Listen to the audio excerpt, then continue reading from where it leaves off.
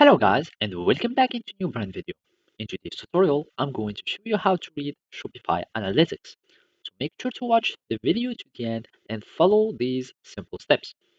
So first, you will need simply to go to the analytics and then we can start reading the analytics for your store. So here in the side menu, you can go to analytics and from here we will find all the analytics that will be necessary for your store. So basically, the first thing is the total sales.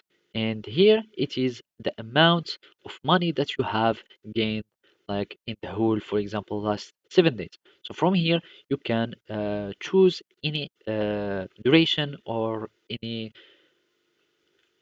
time interval that you would like, either the last month or the whole month or yesterday, today, or whenever you like. And as you can see when the day starts and when the interval of dates ends. So you can change and choose any interval that you would like. So let's, for example, say the whole week. We can apply it. You will see the total sales of the week.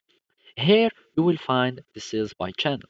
So basically, sales channel are, as you can see, are those. So you have the point of sales if you have many points of sales or many online stores, for example.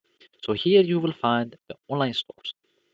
So if you have many, you can find them here in analytics and you can see each channel how making profits or total sale per channel.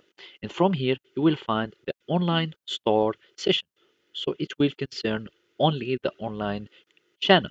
And as you can see, those are the total orders and not the money, means only the orders. And from here, you will find, for example, also only the traffic, means how many order has been taken from your store. And from here, you will find only the traffic, which means uh, sh- uh, the visiting or uh, the ordering and other traffic uh, criteria.